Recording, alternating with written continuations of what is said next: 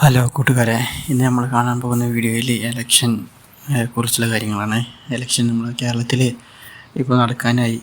April മാസത്തിലാണ് election നടക്കുമെന്ന് announcement ചെയ്തിരുന്നു ഗവൺമെൻറ്. അപ്പോൾ ഇലക്ഷനെ കുറിച്ച് പറയുകയാണെന്നുണ്ടെങ്കിൽ ഇപ്പോൾ LDF ആണ് നമ്മുടെ നാട്ടിൽ ഭരിച്ചുകൊണ്ടിരിക്കുന്നത്. 2 വർഷത്തോളമായി അവർ 2 പ്രാവശ്യമായി ഭരണത്തിലാണുള്ളത്. ഇപ്പോൾ പ്രാവശ്യം വളരെ കടുത്ത പോരാട്ടം തന്നെ ആയിരിക്കും. കോൺഗ്രസ് 10, പിന്നെ ഇപ്പോൾ LDF ഒരു ഭാഗത്ത് അവർ 2 പേരുടെയും മത്സരമായിരിക്കും അധികമായിട്ടുണ്ടാകുക. ഇപ്പോൾ തന്നെ പ്രചാരണങ്ങളൊക്കെ തുടങ്ങിയ ഓരോ റോഡ് ഷോയും, ഒരു പാർട്ടിക്കാർ റോഡ് ഷോ തുടങ്ങുമ്പോൾ മറ്റു പാർട്ടിക്കാർ വേറെ സ്ഥലത്ത് വല്ല പ്രചരണ സമ്മേളനം പോലെ നടത്തുകയാണുള്ളത്. ആരെങ്കിലും ജനങ്ങൾക്ക് ഉപകാരപ്പെടുന്ന കാര്യങ്ങൾ ചെയ്തല്ല അവർക്ക് വോട്ട് ചെയ്ത് അവർ വിജയിപ്പിക്കാൻ നോക്കുന്നതാണ് നല്ലത്. ഭരണത്തിൽ കയറുന്നതിന് മുമ്പ് എല്ലാവരും പറയും അത് ചെയ്യും ഇത് ചെയ്യും, ജനങ്ങൾക്ക് വേണ്ടി എല്ലാ ഉപകാരങ്ങളും ചെയ്യും, അവർക്ക് വിജയിപ്പിച്ച എല്ലാ കാര്യങ്ങൾക്കും ഞങ്ങൾ സപ്പോർട്ടായിട്ടുണ്ടാകും എന്നുള്ളത് ഒരു പാർട്ടിക്കാർ പറയും. മറ്റേ പാർട്ടിക്കാർ അതിന് അപ്പുറമായിട്ട് ചിലപ്പോൾ എന്തെങ്കിലുമൊക്കെ ഓഫറുകൾ നൽകും.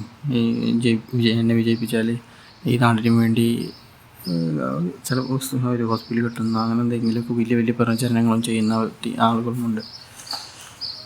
ജനങ്ങൾക്ക് ആര് വന്നാലും ജനങ്ങൾക്ക് ഉപകാരമുള്ള ആളുകളായി തീർന്നാൽ മാത്രം മതി.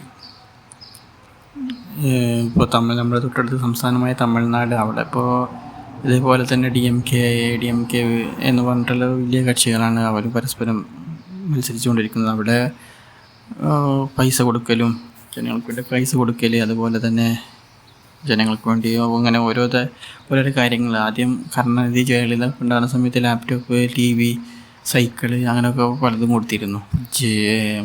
അങ്ങനത്തെ ഫാന്, അങ്ങനത്തെ ഓരോ കാര്യങ്ങളാണ് ചെയ്തിരുന്നത്. പക്ഷേ കേരളത്തിനെ സംബന്ധിച്ച് അങ്ങനത്തെ കാര്യങ്ങളിലൊന്നും വലിയ മുൻതൂക്കമില്ല. കാരണം അതിൻ്റെ ആവശ്യമില്ല. ശരിക്കും പറയുകയാണെന്നുണ്ടെങ്കിൽ നമുക്ക് നല്ലൊരു ജോലിക്ക് വേണ്ട നല്ല ജോലി സ്ഥാപനങ്ങളും, അതുപോലെ തന്നെ മെയിൻ ഹോസ്പിറ്റൽ, അതുപോലെ വിദ്യാഭ്യാസ സ്ഥാപനങ്ങൾ, ഇതൊക്കെ മെയിനായിട്ടുള്ള ഡെവലപ്മെൻറ്റ്, ഇതൊക്കെ വന്നാൽ തന്നെ മറ്റുള്ളതിൻ്റെ ഒരു ആവശ്യമില്ല. എല്ലാവർക്കും ജോലി കിട്ടി അവർ ജോലി ചെയ്ത് അവർ മേടിക്കുന്നതാണ് ബെറ്റർ. അതിനുവേണ്ട സൗകര്യങ്ങൾ ഗവൺമെൻറ് മാത്രം ഒരുക്കുക, അതിന് വലിയ ഉപകാരമായി തരും. മറ്റുള്ള സംസ്ഥാനങ്ങളിൽ പോലെ ഓരോന്ന് കൊടുക്കേണ്ട ഒരു ആവശ്യമില്ല. ഇപ്പോൾ സ്വർണം കൊടുക്കുന്ന സംസ്ഥാനങ്ങളുണ്ട്, പൈസ കൊടുക്കുന്ന സംസ്ഥാനങ്ങളുണ്ട്. ഇപ്പോൾ തമിഴ്നാട്ടിലൊരു ഗവൺമെൻറ് പറയുന്നത് ഇനി വിജയിപ്പിച്ചാൽ 2500-3000 രൂപ മാസം വെച്ച് എല്ലാവർക്കും കയ്യിൽ അക്കൗണ്ടിൽ ഇടുന്നതാണെന്നൊക്കെ പറഞ്ഞിട്ട് അവർ ഒരു പ്രചാരണം നടത്തുന്നുണ്ട്. സോ നമ്മളെ ഗവൺമെൻറ്